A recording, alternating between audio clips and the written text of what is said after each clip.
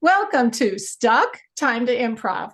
I'm Mary Scott with Business Riff, and I want startup businesses to be wildly successful. Today, we're going to be talking about some tax break kinds of things you can get, particularly on locations and other potential things when you're a startup business. And our guest is Joel Smiley from Attracting Resources. Hi, So, Mary. yeah, thanks for coming, Joel.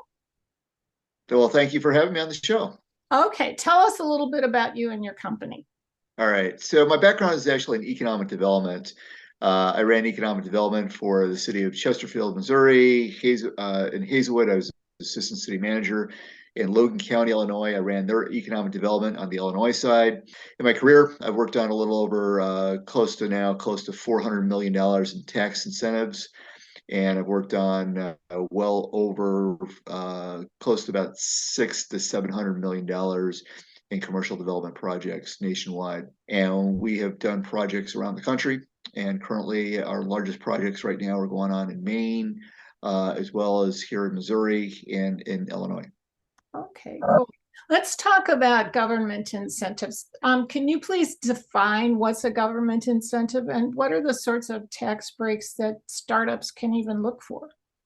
I loosely define the word incentives because it's anything that'll help reduce the cost of entry into the market. They can be below what we describe as below the line or above the line. Below the line are things like abatements that reduce operating costs.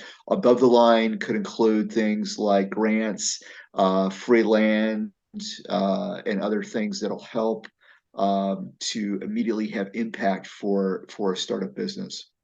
You ask kind of things what do small businesses look for? Um, there's a couple of broad categories. And one of those is in property tax, which would include real and personal property tax abatement, as well as sales tax exemptions for their building materials, building supplies, and equipment as well. Workforce is another huge bucket. A small business hires one employee. If that employee meets basically one of 16 criteria, similar to when you hire an employee, your first day on the job, HR hands them an EEOC sheet. What a WOTC, work opportunity tax credit sheet, looks like is very, very similar to the EEOC sheet. It's got 16 criteria. Anything from chronically unemployed for more than 6 months, recipient of AFTC, recently released from prison within the last 6 months, to various veterans programs and so forth. The employee checks any of those boxes, the employer is eligible for a $2,300 tax credit on their federal income tax. The question I get asked the most is there one application that I can just fill out, any tax credits that are out there, I can just get? And my answer is unfortunately no. Each of these programs requires separate applications.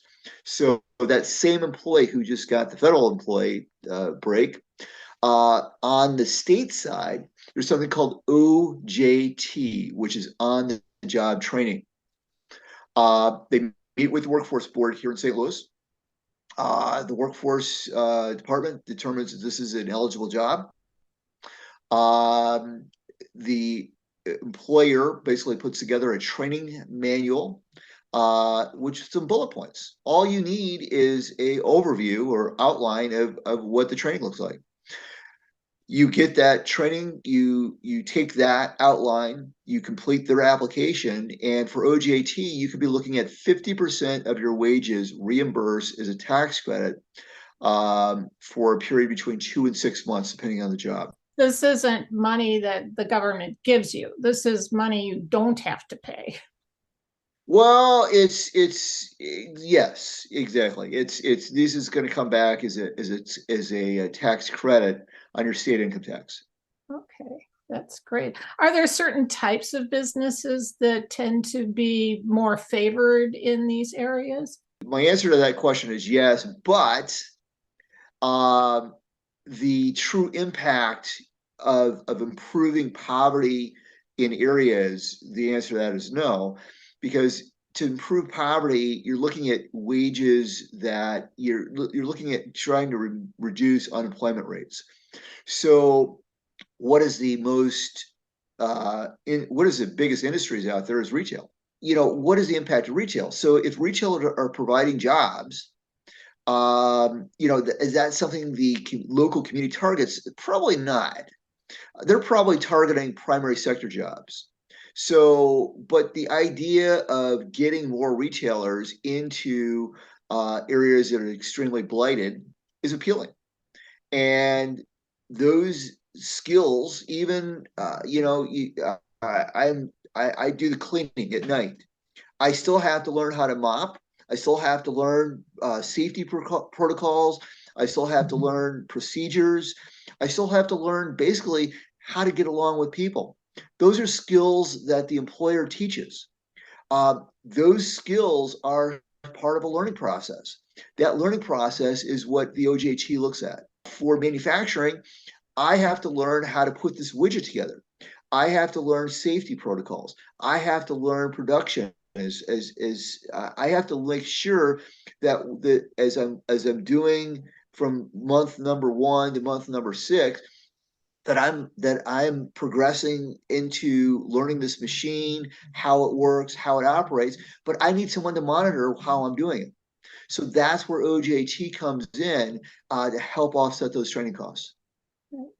Okay, so businesses have to be in revenue and in a position to have to pay state and federal taxes in order to really take advantage of some of these programs, right? You talk about research and development tax credits.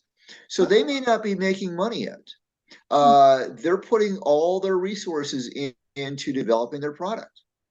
So you take what they've spent over a 3-year period, and basically, once a state R&D credit has been approved, once a federal R&D credit is approved, hopefully by year 4 or 5, you're making profits. And you may not use all those credits right away, so you can carry forward those credits for a period of years. That's very good to know. Are there grants available as well? And where would a startup find them? When you hear the guy on TV that says, "Hey, people, there's free money out there," just be a little wary. Grants are a competitive process. There's a very sustained way of going about getting a grant. However, grants are extremely competitive still. Getting a tax credit is 100 million times easier. Does it have the same impact as the grant? No. But are there grants out there? What I encourage people to do, if truly, is look at the publications that are out there. Mary, I want to pick on your website for a second. You have an outstanding listing of every program, every agency that's out there that helps, and is things like the Missouri Municipal League, as releases their grants on a regular basis. People want to check in with those, check in with United Way on some of their programs. But keep in mind, when you're talking about grants, they're very, very competitive. Right. That sounds good. Thank you so much, Joel Smiley. This has been very informative. People should be looking for tax credits and thinking long term. Even if you're not in revenue, it's something that you will potentially be able to use when you are in revenue. Any parting thoughts, Joel? And really, one program that's out there that people need to pay attention to is the SBA programs.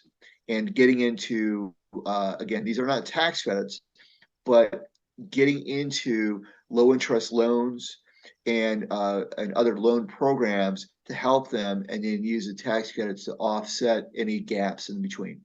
Right. And you can find those through the Small Business Development Center and whatever your location is, or in St. Louis. Justine Peterson is another organization that has access to the SBA loan information for people. Thank you so much, Joel Smiley from Attracting Resources.